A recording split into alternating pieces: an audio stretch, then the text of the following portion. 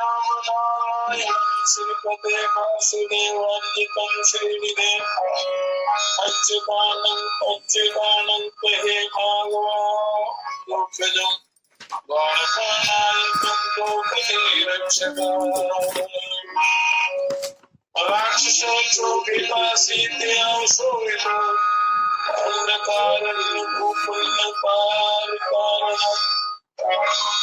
लक्ष्मणनादिभक्तो भामिने सेवितो अवस्थितो राघवो पातुमाम्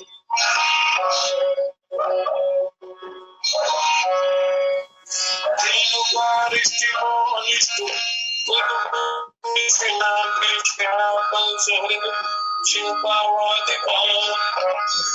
पूतना गोपका सूर्या गोपालका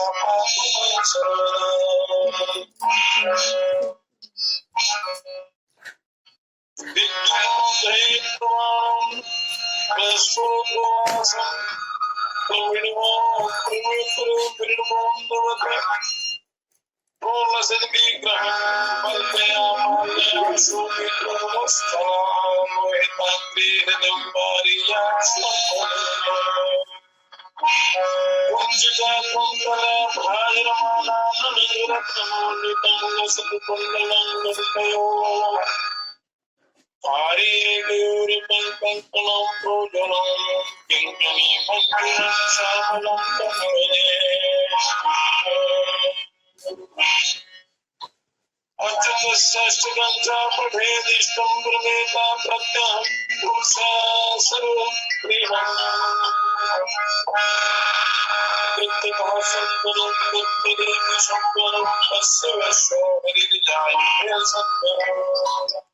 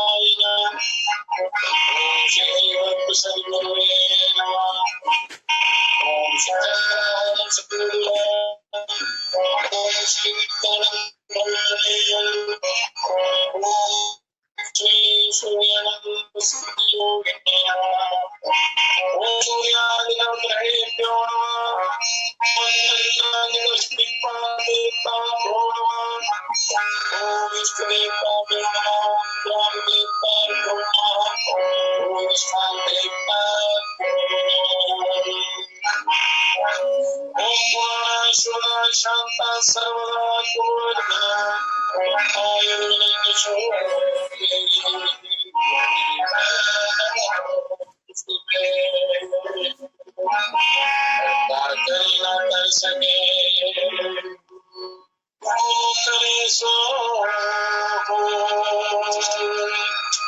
सात दीप नवखंड में श्री सतगुरु से बड़ा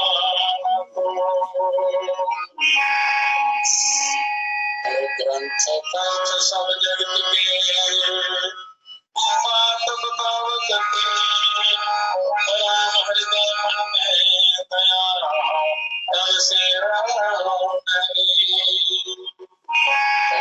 पवित्र सेवा के धन पवित्र कर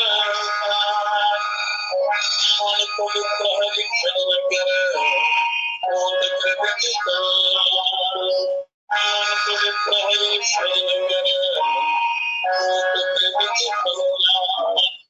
श्वास श्वास हरि नाम श्वास ना जाने श्वास का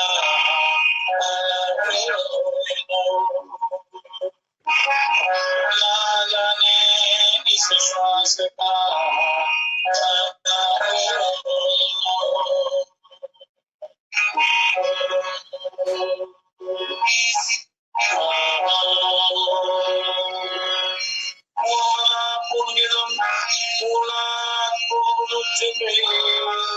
पूर्णस्य पूर्णाय मेवावशिष्यते।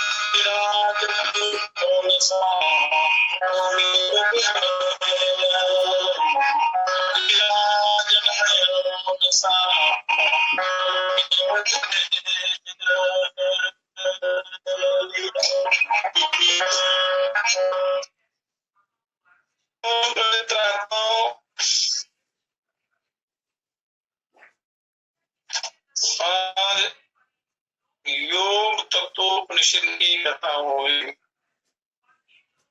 कि मनुष्य के कल्याण के लिए योग सर्वोपरि है,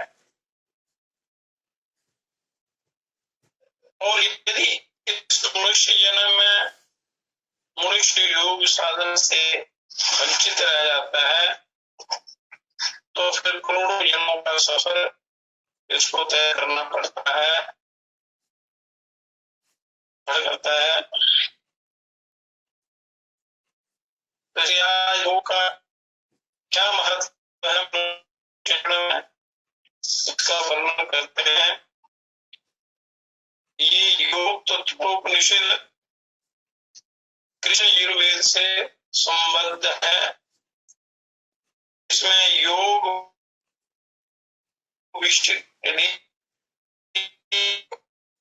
भगवान विष्णु जी के द्वारा पितामह ब्रह्मा के लिए योग विशिष्ट गूढ़ तत्वों के निरूपण के साथ उपचित का शुभारंभ हो। तो जितने भी अवतार हुए या देवी देवता है या सृष्टि के कथा करता है तो योग बल से ही सारी सृष्टि की रचना करते हैं, उसका संचालन करते हैं, उसकी स्थिति, उसका पालन, उसका संहार योग विद्या के द्वारा ही करते हैं। कैवल्य रूपी पद की प्राप्ति के लिए योग मार्ग ही सर्वश्रेष्ठ साधन बताया है। की स्थिति में भी स्थिति रहती है योगी की, इसलिए योग मार्ग ही सर्वोपरि साधन है।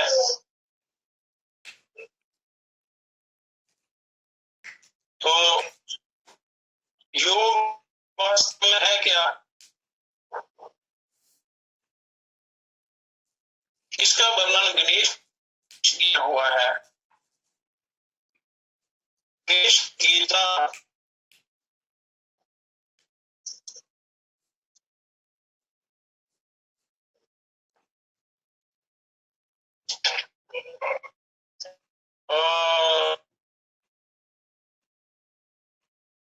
सूत्र ईश्वर तो बड़ा उसमें दिव्य ज्ञान है, मनुष्य के कल्याण में बड़ा ही वो ज्ञान हेतु है। योग तत्व प्रवक्ष्यामि योगिना हितकामया शुद्ध्वा च पठित्वा सर्व पापे प्रमुच्यते। योग की जिज्ञासा होना ही कर्म कल्याणकारी है। मतलब केवल योग साधना ना भी करें, अगर योग की जिज्ञासा भी आप करते हैं तो भी आपका परम कल्याण हो जाता है।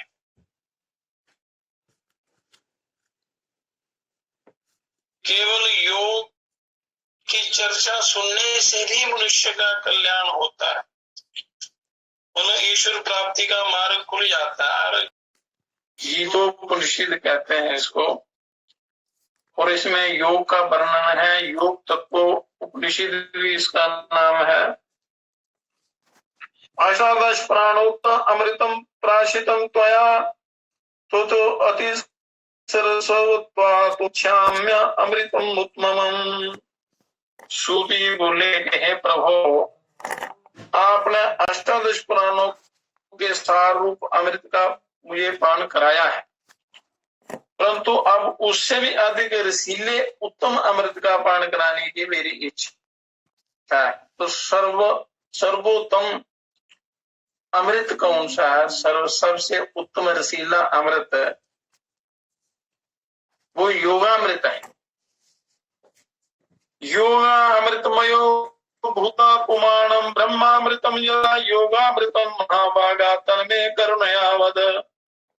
जिस अमृत को पाकर मनुष्य ब्रह्म रूप हो जाते हैं, और हे महाभाग उस योगामृत का कृपा कर आप मुझसे वर्णन कीजिए,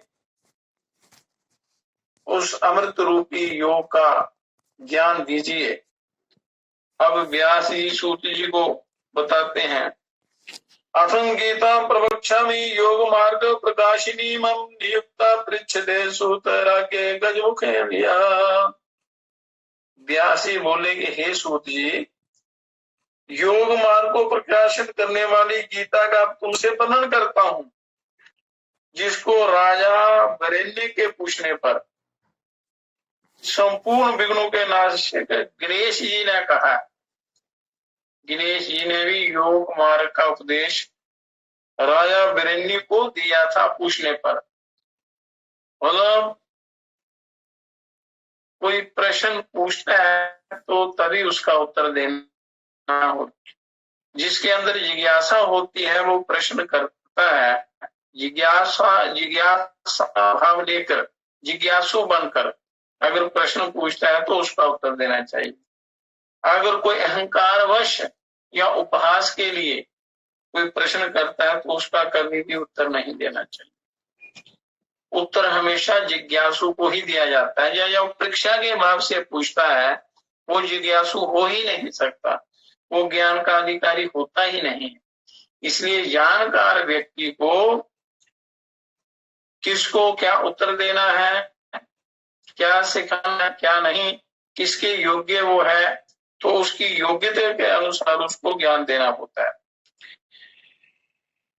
तो योग मार्ग प्रकाशित करने वाली गीता का तुमसे वर्णन करता हूं, जिसको राजा बनने के पूछने पर संपूर्ण विनाशक, सारे विघ्नों के हरता, सब कार्य की सिद्धि करता करने वाले गणेश जी ने बताया था।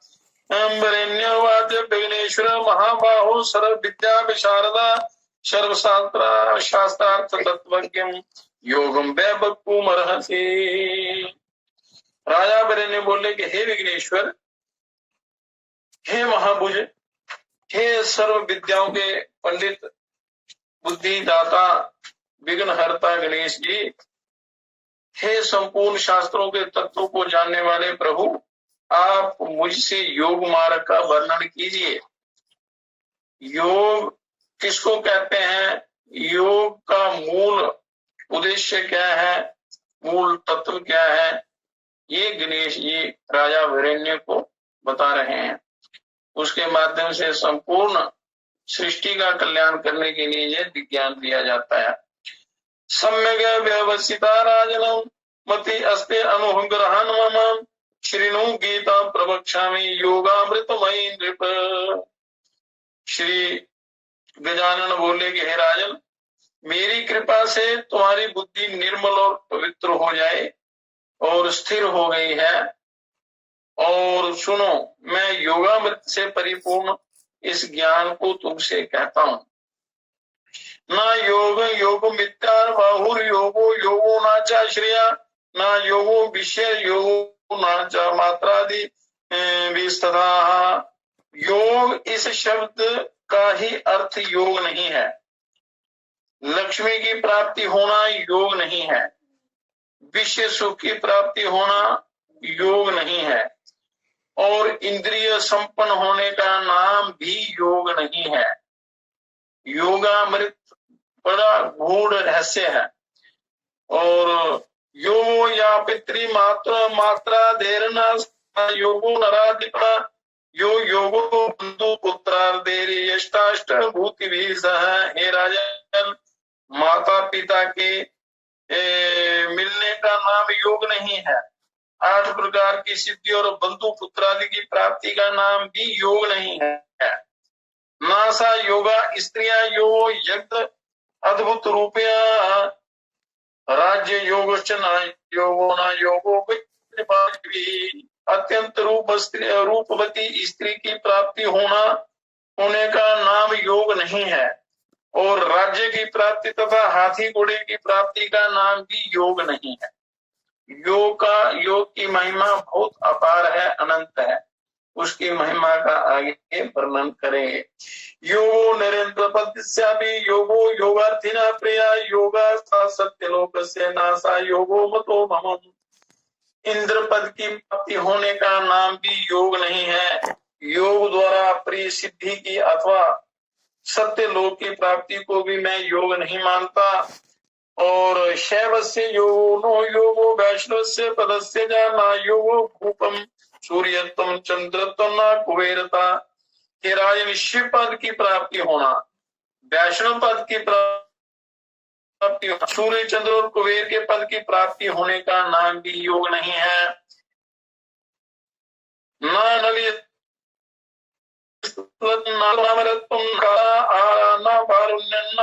योगो न सार्वभौमता वायु स्वरूप, अग्नि स्वरूप, देव स्वरूप, काल स्वरूप, वरुण स्वरूप और नैऋत्य स्वरूप अथवा संपूर्ण पृथ्वी के आधिपत्य पाने का नाम भी योग नहीं है।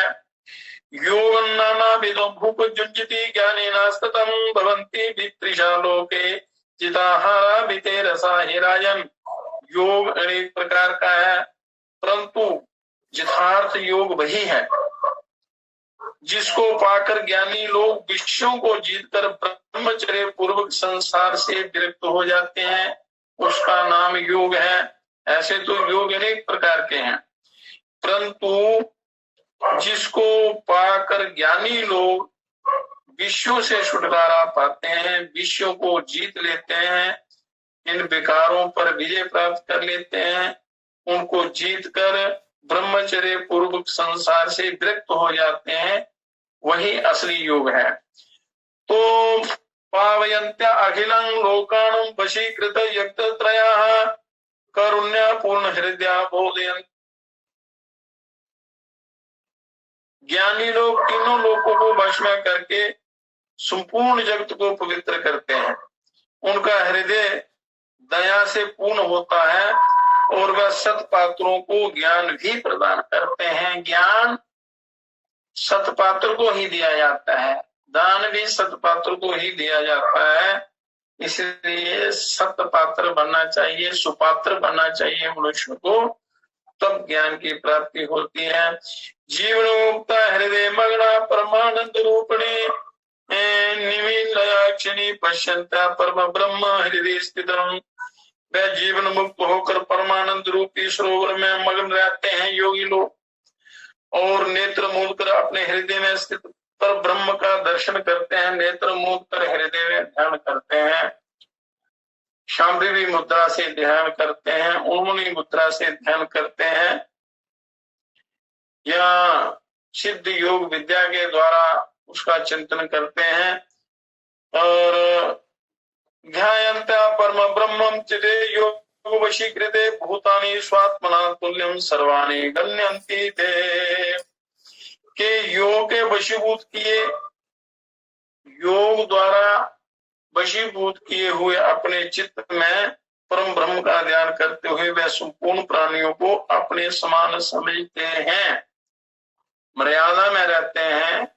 जो योग मर्यादा है, या शास्त्रों में यो मर्यादा है, वो मर्यादा में रहकर योग करते हुए जिन्होंने अपने चित्त को अपने वश में कर लिया है और ध्यान प्रतिदिन ध्यान करते हैं, वह संपूर्ण प्राणियों को अपना आप ही समझते हैं, अपने समान समझते हैं। जेन केन चिदा शिन्ना जेन केना चिदा हृदा जेन केन चिदा कृष्टा येन केन चिदा श्रिता कारुण्यापूर्ण हृदया भ्रमन्ति धरणी तले अनुग्रहाय लोकाना चित क्रोधा जितेन्द्रिया।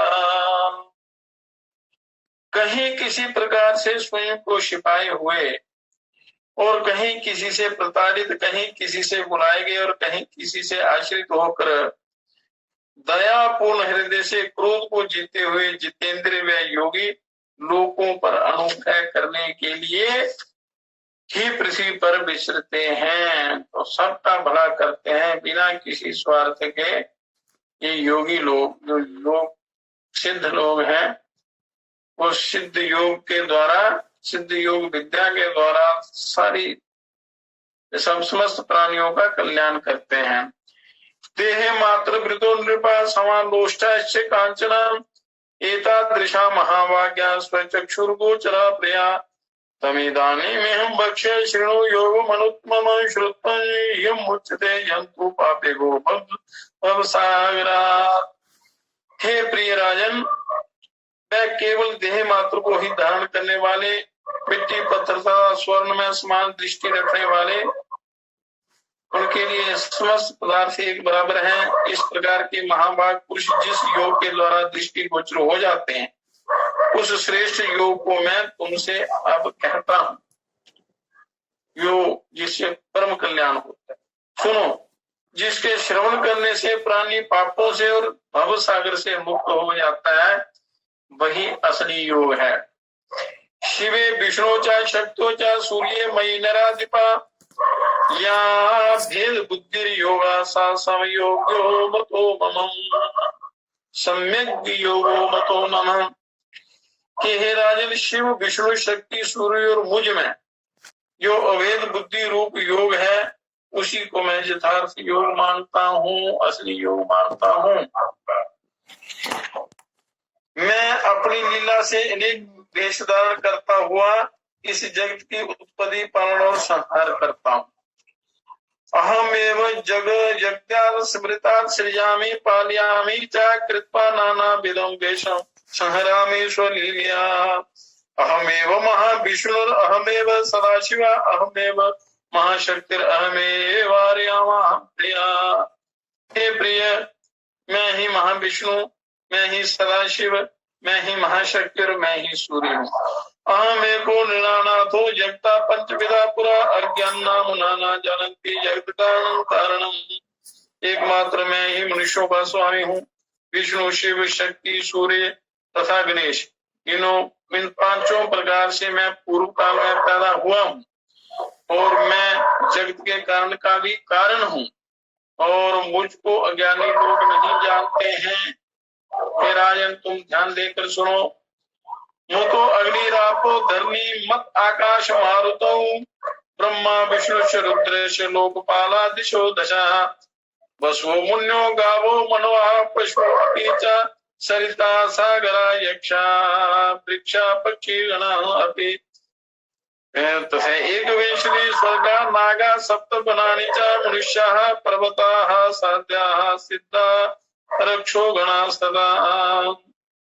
के अग्नि, जल, पृथ्वी, आकाश, वायु, ब्रह्मा, विष्णु, रुद्र और लोकपाल और दशों दिशाएं, 8 वसु, मुनि, गौ, मनु, पशु, नदी, समुद्र, यक्ष, वृक्ष, पक्षियों के झुंड, 21 स्वर्ग, नाग, 7 वन, मनुष्य, पर्वत, साध्य, सिद्ध, राक्षस आदि सब मुझसे ही पैदा हुए हैं। और अहं साक्षी जगत अक्षर लिप्ता सर्वकर्म भी अविकारो अप्रमेयो अहम अव्यक्तो विश्वभवो अव्ययः। मैं ही सबका साक्षी, संपूर्ण जगत का नेत्र, सभी कर्मों से अलिप्त, निर्विकार, अप्रमेय, अव्यक्त, संपूर्ण जगत में व्याप्त और अविनाशी हूँ। जैसे भगवान श्री कृष्ण जी कृष्ण गीता में बताते हैं, वही परिपूर्ण ब्रह्म परम पिता परमात्मा कभी राम जी के रूप में, कृष्ण जी के रूप में, कभी गणेश जी के रूप में, शिव जी के रूप में इस मनुष्य मात्र को ज्ञान देते हैं और इस जीवों का उद्धार करते हैं। अहमेव परम ब्रह्मम व्यायानंदात्मकं नृप मोह यत्ते अखिलान माया श्रेष्ठानमं नारायणं नमो। हे राजन, मैं ही अवश्य आनंद स्वरूप परम ब्रह्म हूँ। मेरी माया संपूर्ण जगत को तथा श्रेष्ठ पुरुषों को भी मोहित करती है। सर्वदा खड़ विकारेषु तानि जोज्यते वृषं हित्वा पटलं जगमुनैर्क जन्म भीषण विरण्यं विन्दति ब्रह्मं विश्वेषु सुबोधता अशेद्य शस्त्र संज्ञातैर्दाहं मलेन च अक्लेद्यं भूपं भुवनेर्शोषं मारुतेन च अव्यध्यं बध्यमानो अपि शरीरे अस्मिन् नराधिपा। ये माया सदा काम क्रोध आदि शाप विकारों में इन प्राणियों को लगा देती है। ये माया जो होती है काम क्रोध लोभ मोह अहंकार इत्यादि में ये लगा देती है और ये लोग इसमें लगे रहते हैं। सच्चे आनंद से असली सुख से परे रहते हैं और इस नाशवान और दुखदायी भोगों के सुखों में लग जाते हैं।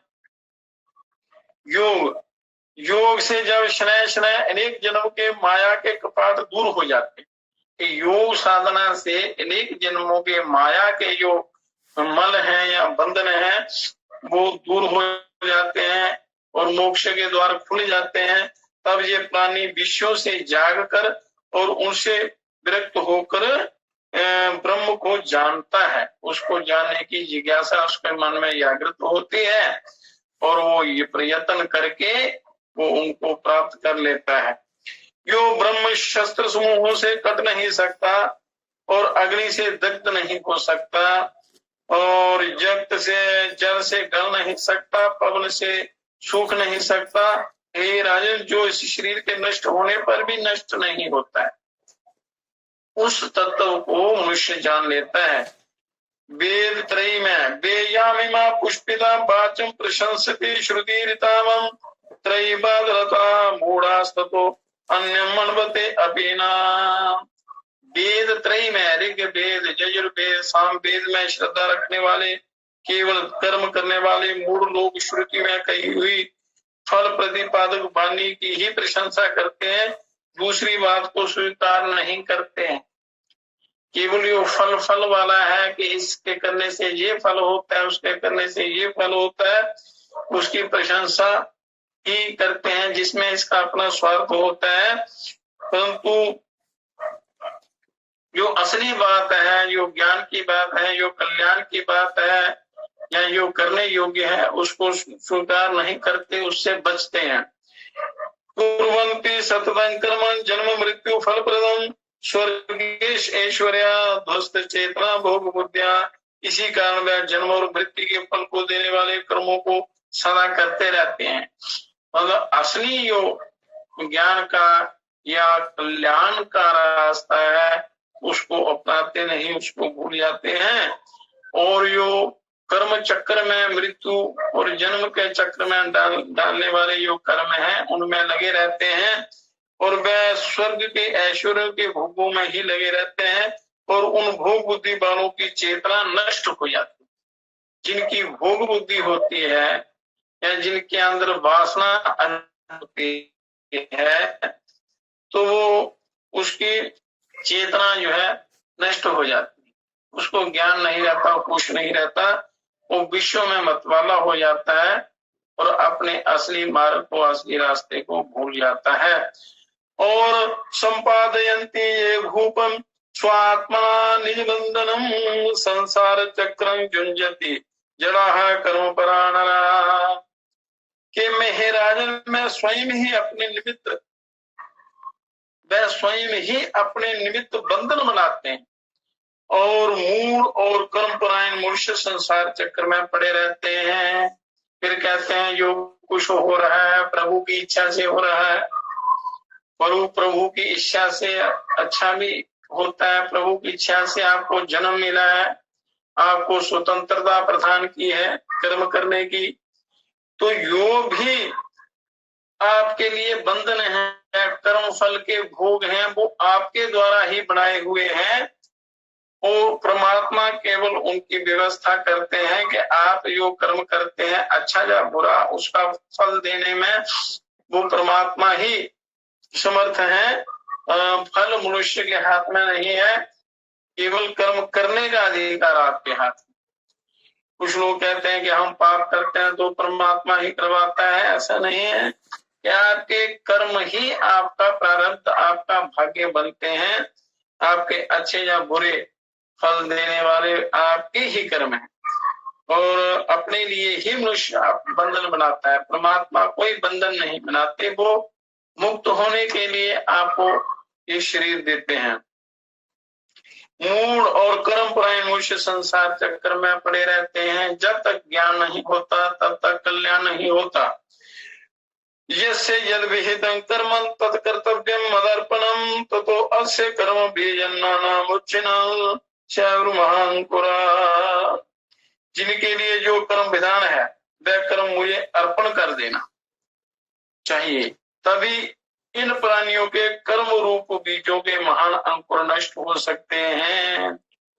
अगर जो भी कर्म आपके लिए निश्चित किए हुए हैं मर्यादा के अनुसार, और वो निष्काम भाव से करने चाहिए, और उनका फल जो है वो भगवान के चरणों में अर्पित कर देना चाहिए। और कर्मों का जो फल है अगर ईश्वर को आप अर्पण कर देते हैं तो उसका फल जो है अनंत हो जाता है, मतलब बंधन में डालने वाला वो फल नहीं होता। ईश्वर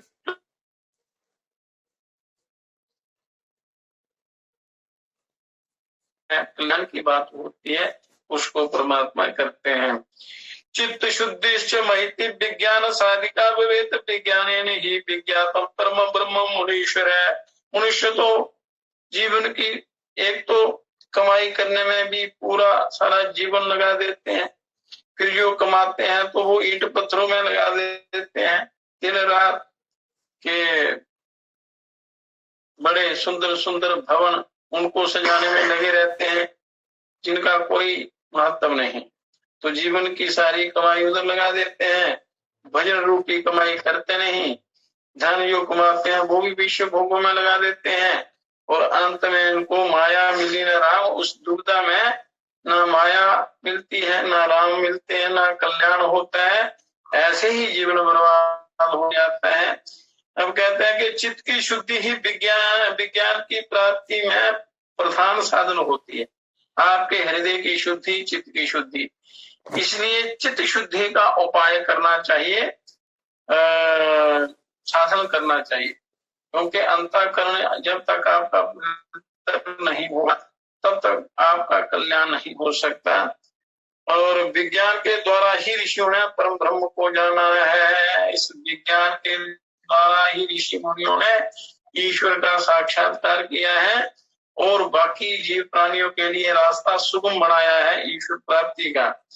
तस्य कर्माणि कुर्वीत बुद्धि युक्तो नराधिपा कर्म भवेत् को अपि स्वधर्म त्यागं गवांस्ततः। हे राजन, इस कारण जो भी कर्म करे वह बुद्धि युक्त होकर ही करे, क्योंकि कर्म ही आपका प्रारब्ध बनकर आपके सामने आता है। इसलिए कभी भी कोई अनुचित कर्म नहीं करना है तो योग सिद्धि नहीं होगी।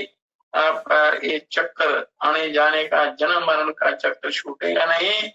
दुखों के दुख रूपी संसार में दुखालय में आपको बार बार जन्म लेना पड़ेगा, कर्म भोगने पड़ेंगे, कभी स्वर्ग में, कभी नरक में, कभी किसी योनि में, कभी किसी योनि में। ये जीव भटकता रहता है। केवल मनुष्य शरीर में ही ये अपना उद्धार कर सकता है। किसी को स्व कर्म और किसी को स्व धर्म का त्याग नहीं करना चाहिए।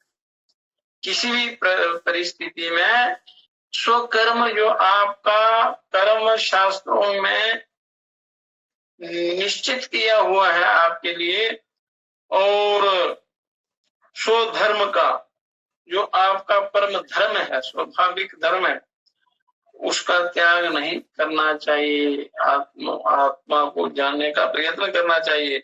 जहाति यदि कर्माणि तथा सिद्धि न विन्दति आधो ज्ञानोप कर्मण्येव सा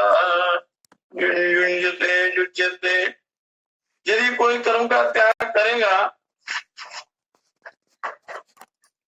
तो उसे सिद्धि की प्राप्ति नहीं होगी। जो आपका कर्तव्य कर्म है, कर्म को त्याग कर बैठ जाएंगे और कहेंगे कि बैठने से मेरा वो सारे काम सिद्ध हो जाएंगे, मेरी मुक्ति हो जाएगी या जीवन निर्वाह हो जाएगा, ऐसा नहीं होता है। ज्ञान में प्रथम अधिकार भी कर्म से ही प्राप्त होता है। ज्ञान प्राप्ति में अधिकार भी आपको कर्म से ही प्राप्त होता है, ऐसे नहीं। तो इसलिए बिना किए कुछ भी नहीं मिलेगा, ना मिलता है।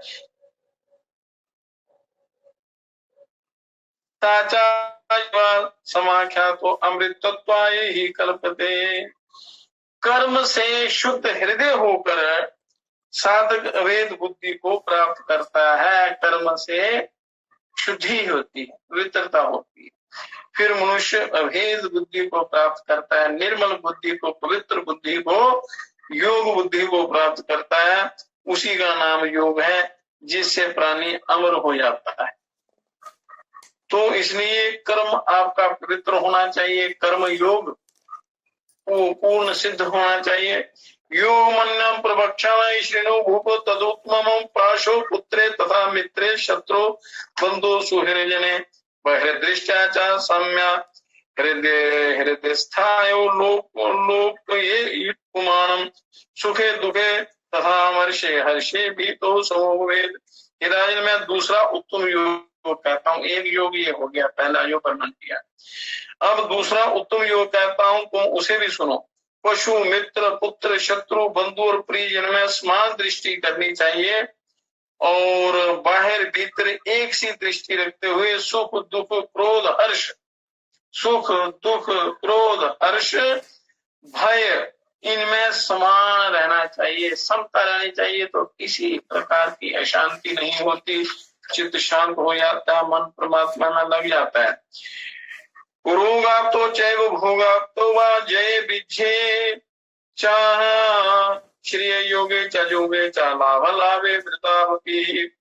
रोग की प्राप्ति हो, चाहे भोग की प्राप्ति हो, जय हो या विजय हो, लक्ष्मी प्राप्ति हो या अप्राप्ति हो, और हानि लाभ जन्म मरण, इन सब में मन को समान रखना उचित है। मन को स्थिर रखना है, समान रखना है, अधीर नहीं होना है, दुखी नहीं होना है, मन की चंचलता को बढ़ाना नहीं है।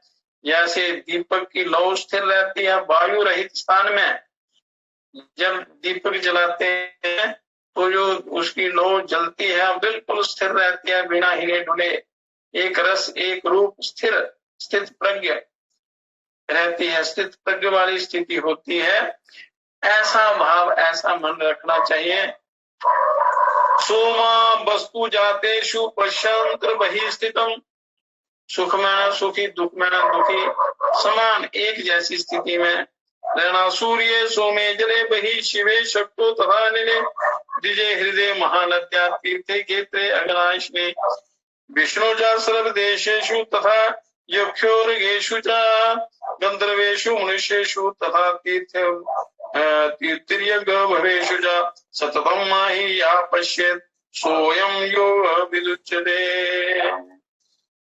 संपूर्ण वस्तुओं में, संपूर्ण पदार्थों में समान भाव से बाहर भीतर मुझे स्थित जानना, उस ईश्वर को स्थित जानना। हर कण कण में सूर्य चंद्रमा जल अग्नि शिव शक्ति वायु ब्राह्मण सरोवर पापहारी महानदी तीर्थ क्षेत्र विष्णु और संपूर्ण देवता यक्ष उर्ग गंधर्व मनुष्य और पक्षी, इन सब में जो मुझे सदा समान दृष्टि से देखता है और वही योग को जानने वाला कहलाता है। योग को जानने वाला कहलाता है कि योग बुद्धि से जो संसार को देखता है भोग बुद्धि से नहीं, योग बुद्धि से, तो उसका कल्याण होता है, वही असली योगी है। समाहृत्या स्वार्थेभ्य इंद्रियाणि विवेकता सर्वत्र समता बुद्धि सा योगी भूप में बता। ये राजन जो ज्ञान द्वारा इंद्रियों को विषयों से हटाकर सर्वत्र समान बुद्धि रखता है, वह मेरी दृष्टि में योगी है, वो समता योगी है, सम योगी है। और आत्मा आत्म विवेकेन या बुद्धिर्दैव योगात् स्वधर्म आसक्त चित्त से तद योगो योग युच्यते। धर्मा अधर्मे जहाते है तया त्यक्त उभावपि अतो योगाय जुंजित योगा वैदिषु कौशलम। अपने धर्म में असक्त चित्त वाले प्राणी की दैव योग से जो आत्मा और अनात्मा के विचार की बुद्धि उत्पन्न होती है, उस बुद्धि के योग का ही नाम योग है। और उसी बुद्धि के ना होने से ये प्राणी धर्म अधर्म का त्याग कर देता है। इस कारण योग में बुद्धि लगाना उचित है। योग में बुद्धि लगाने से ही परम कल्याण होता है। कर्तव्य कर्मों में कुशलता ही योग है। जो कर्तव्य कर्म है उनमें शास्त्रानुसार जो कुशलता है, उनके योग कर्मों के करने की जो कुशलता है, वो भी योग ही है। धर्मा धर्म फले त्यक्त्वा मनीषी विजितेन्द्रियाः जन्म बंध विनिर्मुक्तो स्थानम संयात्म नामयम्। जितेंद्रिय और बुद्धिमान व्यक्ति, जो जितेंद्रिय है, जिसने इंद्रियों को जीता हुआ है और जो जिसकी बुद्धि पवित्र है, बुद्धि युक्त बुद्धिमान व्यक्ति धर्म और अधर्म के फल का त्याग करके जन्म बंधन से मुक्त होकर अनामय परम पद को प्राप्त होता है। मतलब कोई भी कर्म धर्म अधर्म का जो भी आप कर्म करते हैं, उनके फल का त्याग कर जो करता है वो समस्त बंधनों से मुक्त हो जाता है और अनामय अमर पद को प्राप्त करता है। और यदा हेयान कालुष्यम जंतुर बुद्धि क्रमिष्यति तदा आसो जगति वैराग्य वेद वाक्यादि प्रमात। जब इस प्राणी की बुद्धि अविद्या के अंधकार, अविद्या अज्ञान को कहते हैं, उस अंधकार से अविद्या से रहित होगी, तब क्रम से इस प्राणी का सकाम वेद वाक्य आदि में वैराग्य हो जाता है। सकाम वेद वाक्य आदि में, वेदों में जो सकाम युक्तियों का, विधियों का जो वर्णन है, सकाम तत्वों का, सकाम पदार्थों का, कामना का, कि किस प्रकार मनुष्य की कामनाएं पूरी होती हैं और उनकी जो विधियां युक्तियां हैं, उनके जो वाक्य हैं या उनका वर्णन वेदों में जो किया हुआ है, उनसे वैराग्य हो जाता है। और जो सार रूप ज्ञान रूप है, जो कल्याण करने वाला सार ज्ञान वेदांत गीता, ये ज्ञान परम कल्याण करने वाला है, मोक्ष कराने वाला है।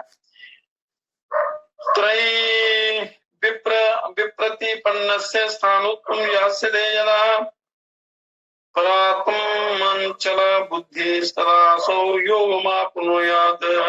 उन तीनों वेदों में प्रतिपादित किए गए इस काम कर्मों से वह बुद्धि पूर्णता और परमात्मा में लगकर निश्चल हो जाती है। ऋग्वेद यजुर्वेद सामवेद में कामना युक्त बड़े महावाक्य हैं, पर उन कर्मों से भी जब ये निवृत्त हो जाता है और परमात्मा में मन लग जाता है, तो बुद्धि निश्चल हो जाती है। तब इस प्राणी को योग की प्राप्ति होती है। योग तभी प्राप्त होता है जब अंतःकरण आपका पवित्र होता है। तो इसलिए अंतःकरण को पवित्र करने का प्रयत्न करना चाहिए। मानसा अखिलान कामान यदा धीमस्तज्जेत प्रिया स्वात्मेन स्वयं संतुष्टा स्थिर बुद्धि सदोच्यते। ये विप्रया, ये बुद्धिमान व्यक्ति मन को संपूर्ण इच्छाओं का त्याग कर दे, मन की संपूर्ण इच्छाओं का त्याग कर दे और अपने आत्मा में आप ही से संतुष्ट हो जाए। अपनी आत्मा में अपने आप को संतुष्ट रखना है, संतोष रखना है, तब ये स्थिर बुद्धि कहलाता है। तब वो बुद्धि जो है योग को ग्रहण करने योग्य बनती है, तब उसको स्थिर बुद्धि वाला कहते हैं। तो वो बुरे कर्मों से बच जाता है। वितृष्णा सर्व शोकेषु नो उद्यग्नो दुख संग में गत साध्व सरूराग स्थिर बुद्धि स्तुतोच्चते। किसी प्रकार से भी संसारी सुखों में तृष्णा न रखने वाला, दुख में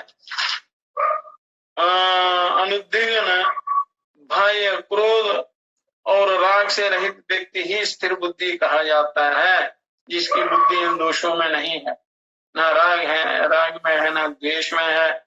और राग, द्वेष, क्रोध, काम, क्रोध आदि इन विकारों से जो रहित है, उसे ही स्थिर बुद्धि कहा गया है।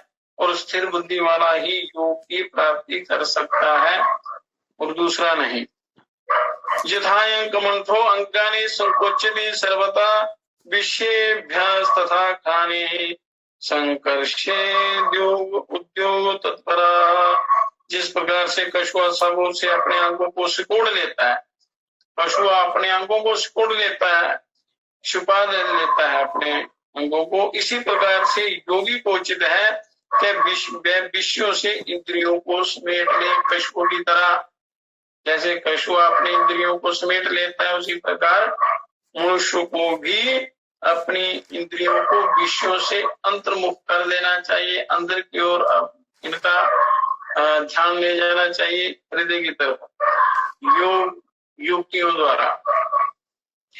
व्यावर्त अंते यस्य विषयासक्ताहारस्य भक्षमिना बिना रागन्न रागो अपि दृष्ट्वा ब्रह्म विनश्यति। भोजन त्यागने वाले साधक के विषय तो नष्ट हो जाते हैं, परंतु उनका अनुभव बना रहता है। ब्रह्म प्राप्ति होने से वह राग भी नष्ट हो जाता है। ब्रह्म की प्राप्ति जब हो जाती है तो वो जो गहरा राग होता है मनुष्य के अंदर, जो बार बार संसार की तरफ लगता है, वो ब्रह्म की प्राप्ति होने के बाद नष्ट हो जाती है। विपश्चित्ते भूप स्थिति मास्थाय योगिनां मंथ इत्येन्द्रियाण्यस्य हरन्ति वल्तो मणः। हे राजन, इंद्रिय गण मोक्ष के लिए प्रयत्न करने वाले विद्वान पुरुष का भी मन बलात् हर लेती है। इंद्रियां जो हैं, इनके मुख बाहर की तरफ हैं, ये विषयों की तरफ ज्यादा आकृष्ट होते हैं और ये मनुष्य का मन बलात् हर कर ले जाते हैं। क्योंकि मनुष्य जब गहरा चिंतन करता है इनका, तो उनके ऊपर बड़ा गहरा असर प्रभाव हो जाता है और बलात् ये लग जाता है विषय भोगों में। इस कारण बुद्धिमान पुरुष को इंद्रियों को वश में करने का यत्न करना चाहिए। जब तक आपकी इंद्रियां वश में नहीं होती तो इस जीव का कल्याण नहीं होता, ये भटकता रहता है, तो इंद्रियों की तृप्ति में ही लगा रहता है और अंतिम परिणाम इसका बड़ा हानिकर होता है।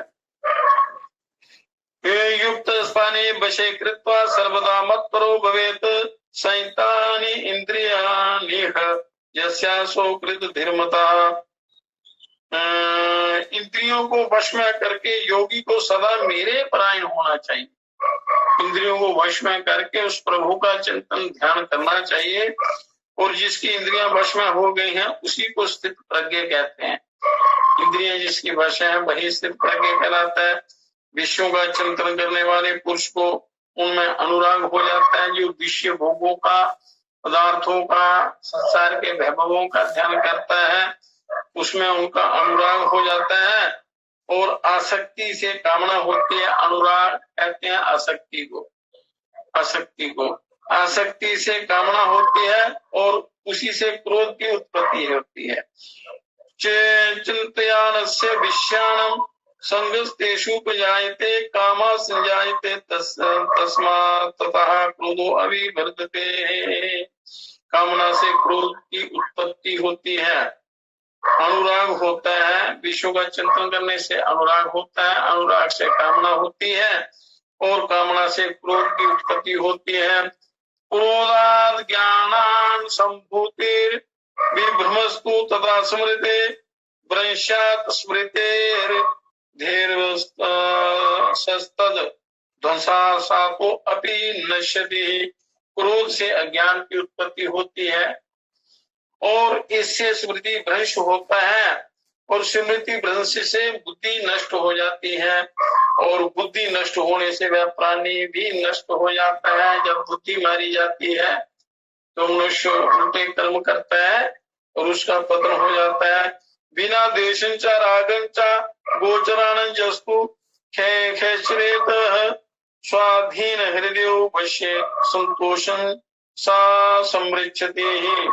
अनुराग और द्वेष से रहित, आसक्ति और द्वेष से रहित, अपने वश में आई इंद्रियों से विषयों का भोग करके भी चित्त को अपने वश में रखने वाले महापुरुष संतोष और शांति को प्राप्त होते हैं। योग इस योग की कला को जानते हैं वही कल्याण को प्राप्त होते हैं।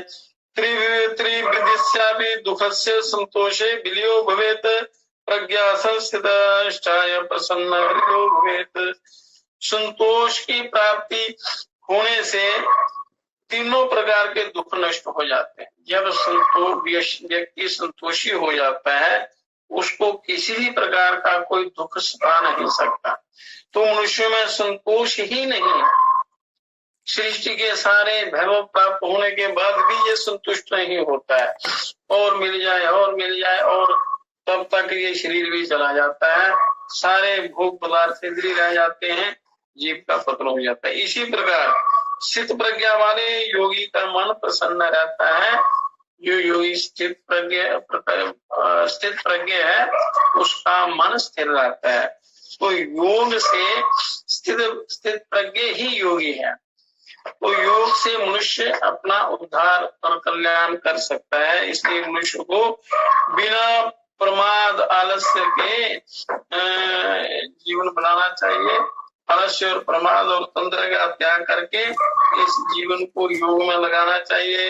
बिना प्रसादन न मतिर्बिना, बिना मताना भावना मत्याना भावना, बिना ताना समो भूप, बिना तेन कुता सुखम राजन। बिना चित्त प्रसन्न हुए बुद्धि की प्राप्ति नहीं होती। प्रसन्नता बुद्धि ही आवश्यक है, और बुद्धि के बिना श्रद्धा नहीं होती। बुद्धि है तो श्रद्धा होती है, और श्रद्धा के बिना शांति नहीं होती, और शांति के बिना सुख नहीं होता। तो सारी साधनाएं सुख के लिए होती हैं, वो आत्म सुख के लिए, परम सुख ब्रह्म सुख के लिए, और वो श्रद्धा के बिना नहीं होती। शांति नहीं होती, शांति के बिना कहाँ सुख होता है। अशांत व्यक्ति को सुख होता ही नहीं। तो इंद्रिया वशाद विचर तो विषयानु वर्तते जन्मनस तन्मति हृदयाप्सु नव मरुध्यता। पवन जिस प्रकार नाव को जल में डुबो देता है, वैसे ही जो मन विश्व में विचरने वाले अवशीभूत इंद्रिय रूपी घोड़े के पीछे भागता है, वह प्रज्ञा को हर लेता है, बुद्धि को हर लेता है। इसलिए मनुष्य को विषयों के पीछे नहीं भागना चाहिए, अपना कल्याण करना चाहिए। या रात्रि सर्वभूताना तस्य निद्राति नैव सा, न स्वपतिं नहते तत्रता रात्रिस्तस्य भूमिप स्वपन्ते हते यत्र रात्रिस्तस्य भूमिप। हे राजन, अज्ञान से आच्छादित संपूर्ण प्राणियों के लिए जो आत्मज्ञान रात्रि स्वरूप है, उसमें इंद्रियों को वश में करने वाले संयमी योगी जानते हैं।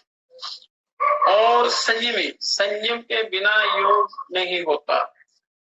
और जिस विषय बुद्धि में संपूर्ण प्राणी जागते हैं, वह विषय भोग ज्ञानियों के लिए रात्रि रूप है। और सरिता पति मायंती बनानी सर्वतो यथा आयंती तथा कामा नासा शांति कुछ लभेत। अज्ञान से आच्छादित, मतलब अज्ञान से ढका हुआ, आच्छादित कहते हैं ढका हुआ, संपूर्ण प्राणियों के लिए जो आत्मज्ञान रात्रि रूप है। जो अज्ञानी लोग हैं, जिनका ज्ञान ढका हुआ है, उन प्राणियों के लिए आत्मज्ञान रात्रि रूप स्वरूप है। वो आत्मज्ञान को रात्रि मानते हैं, रात्रि स्वरूप मानते हैं, मतलब उस तरफ नहीं जाते, कल्याण रूप नहीं मानते। उनमें इंद्रियों को वश में करने वाले संयमी योगी जानते हैं उसको। और जिस विषय बुद्धि में संपूर्ण प्राणी जागते हैं, मतलब प्राणी जो इस संसार के भोगों में जो प्रीति रखते हैं, उनको उनके लिए वो दिन है, मतलब विषय भोग ही उनके लिए कल्याणकारी लगते हैं, परंतु वो पतन का रूप, रात्रि रूप होते हैं, उनको वो कल्याण रूप मानते हैं। और वह विश्व भोग ज्ञानियों के लिए रात्रि स्वरूप है, वो जो उनके लिए दिवा स्वरूप है, कल्याण स्वरूप है, पर योगियों के लिए, भोग ज्ञानियों के लिए रात्रि रूप है, वो उनका सेवन नहीं करते, उनकी तरफ नहीं जाते। तो मनुष्य जो विश्व में लगा रहता है वो उल्टा सोचता है, तो वो विश्व में जाकर रहता है, विश्व भोगों में लगा रहता है, और आत्मज्ञान नहीं, अपने कल्याण में लगा रहता है। सरिताम पतिताम आयंती बनानी सर्व तो यथा आयंती यथा कामाना सायंती कुछ नवेद। जिस प्रकार से नदियों का सभी जल समुद्र में प्रवेश कर जाता है, या सभी नदी नाले नदियों और समुद्र में प्रवेश कर जाते हैं, उसकी तृप्ति नहीं होती, इसी प्रकार सब कामना पूर्ण होने वाले को भी शांति नहीं मिलती। समस्त कामनाओं की पूर्ति के बाद भी उसको शांति नहीं मिलती है, जो विषयों की तरफ भागता है। अतास्ति नेह संगृह्य सर्वथा खानी मानवा स्वस्वार्थेभ्यः प्रवातवन्ति बुद्धिरस्य स्थिरा तथा। इस कारण प्राणी को उचित है कि वो सब प्रकार से विषयों की ओर दौड़ती हुई उन इंद्रियों को वश में करे। सारे साधन को वश में करने के लिए हैं, तब उसकी बुद्धि स्थिर हो जाती है। और ममता अहंकृति तक्ता सर्वान् कामाच युत्सयेत नित्यं ज्ञानरतो भूत्वा ज्ञानानुभुक्ते सायास्यति। जो ममत्व, अहंकार और सब कामनाओं का त्याग करता है, नित्य ज्ञान में मग्न रहता है, वह ज्ञान से, उस ध्यान से, योग साधना से मुक्ति को प्राप्त हो जाता है।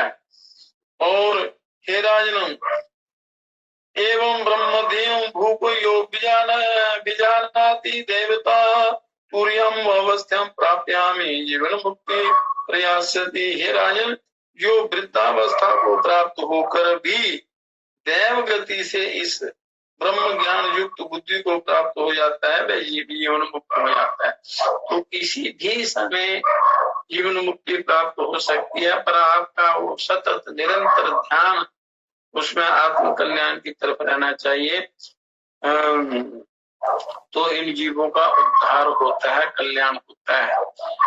तो चित्त को वश में करने के लिए यम नियम आसन प्राणायाम प्रत्याहार धारणा ध्यान समाधि, ये क्रम से इन अंगों का सेवन करना चाहिए, थोड़ा थोड़ा करते रहना चाहिए। इससे आलस्य प्रमाद भी नहीं रहते। मनुष्य के सबसे बड़े शत्रु हैं आलस्य और प्रमाद, तंद्रा, निद्रा। ये तो योग साधना करने से शरीर स्वस्थ रहता है, आलस्य, प्रमाद, तंद्रा, निद्रा का नाश होता है और ब्रह्म ज्ञान की प्राप्ति होती है। इसलिए क्रम से यम नियमों का पालन करते हुए आसन करने। शरीर आपको मिल चुका है और शरीर के द्वारा ही आपने आत्मोद्धार करना है या संसार के काम करने। तो किसी भी कार्य के लिए मनुष्य का स्वस्थ होना अति उत्तम होता है। तो स्वस्थ होना बहुत ही जरूरी होता है, बहुत ही आवश्यक है। अगर आपका शरीर स्वस्थ नहीं है तो आपका मन ना संसार में लगेगा ना परमात्मा में लगेगा। आप बड़े मन जो है वो कष्ट में लगेगा, दुखी रहेगा, संतप्त रहेगा, शांति नहीं मिलेगी। तो इसलिए मन को वश में करने के उपाय जो हैं वो साधना के द्वारा करने चाहिए। मनुष्य करता कुछ नहीं है, इसको करना चाहिए। जब कोई अच्छी बात या अच्छा संग या शास्त्र स्वाध्याय करने के लिए कहते हैं, स्वाध्याय या सत्संग सुनते ही नींद का प्रवेश होने लगता है या अनेक प्रकार के उत्पात होने लगते हैं, मन नहीं लगता, मनुष्य उठकर चला जाता है या सो जाता है या उब जाता है, क्योंकि ये उसके अंदर के दोषों का कारण है कि मन निश्चित रूप से उसका कहीं विकारों में लगा हुआ होता है। इसलिए ज्ञान उनको सुहाता नहीं और उन पर कोई भी असर नहीं होता। इसलिए मनुष्य को अच्छी संगति का ही अनुसरण करना चाहिए, स्वाध्याय का। उसके लिए क्या है? आसन है। शरीर के रोगों को दूर करने के लिए आसन है, योग आसन है। और आयु के हिसाब से मनुष्य को आसनों का वर्गीकरण हुआ है कि कौन सी आयु में क्या क्या साधना करनी चाहिए।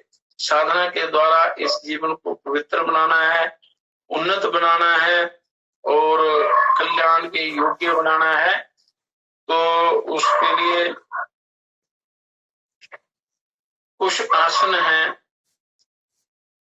जो नित्य प्रति करने से शरीर स्वस्थ रहता है, रक्त संचार अच्छे ढंग से होता है, पाचन क्रिया अच्छे ढंग से होती है। क्योंकि जिसकी पाचन क्रिया अच्छी है उसको कभी कोई बीमारी नहीं लगती है।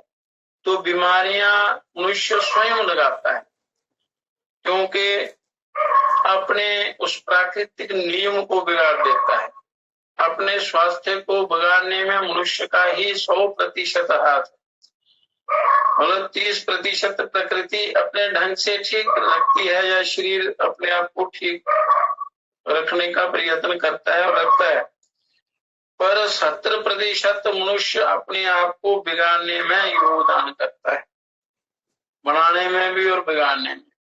अशुद्ध खान पान से, अशुद्ध नियमावली से, अनियमित जीवन से ये मनुष्य का जीवन असंतुलित हो जाता है, संतुलन नहीं रहता, बीमारियां लग जाती हैं, बीमारियों में मनुष्य दुखी हो जाता है और अपने शरीर को स्वस्थ रखने के लिए अनेक जगह पर घूमता है, औषधियां सेवन करता है, पर इसको कोई फर्क नहीं पड़ता। तो योग साधना जो है, योग युक्ति के द्वारा यदि आप चलें तो कभी कोई बीमारी आपके पास नहीं आएगी और स्वस्थ रहोगे और मन परमात्मा में लगे। इससे योग साधना करने, योगासन करने से इंद्रियों पर भी विजय प्राप्त होती है। तो आसनों की सिद्धि हो जाने के बाद अनेक प्रकार के आसन है, परंतु हर व्यक्ति वो सारे आसन नहीं कर सकता। जिसके लिए जो जो उचित है आसन योग करने योग्य, वो उसको अच्छी प्रकार से कर अपने जीवन में उनको उतारना है। तो आसनों के बाद आता है प्राणायाम। तो प्राणायाम की अनेक युक्तियां, विधियां हैं। तो प्राणायाम 8 अंगों में से बीच वाला है।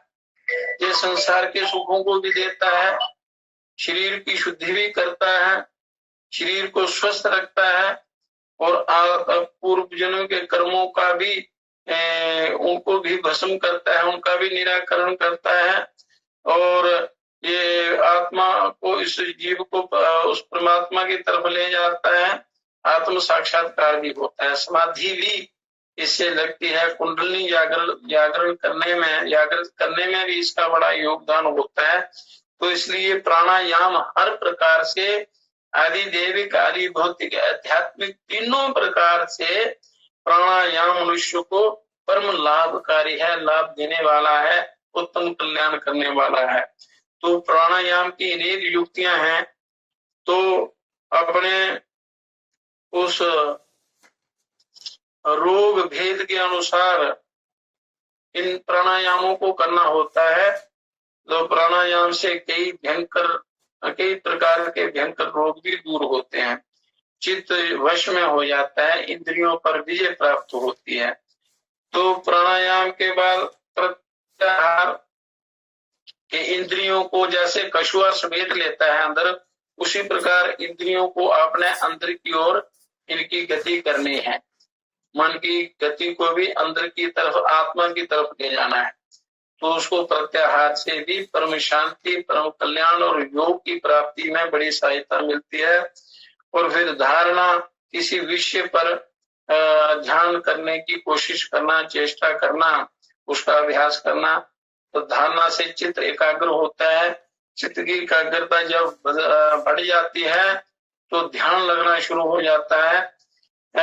आभ्यंतरिक ध्येय पर या किसी चक्र पर ध्यान स्थिर होने से मुझे अंदर उस चक्र का साक्षात्कार हो जाता है, या जिस स्वरूप में आप ध्यान करते हैं उस स्वरूप का साक्षात्कार हो जाता है, और फिर मनुष्य समाधि की तरफ चलता है।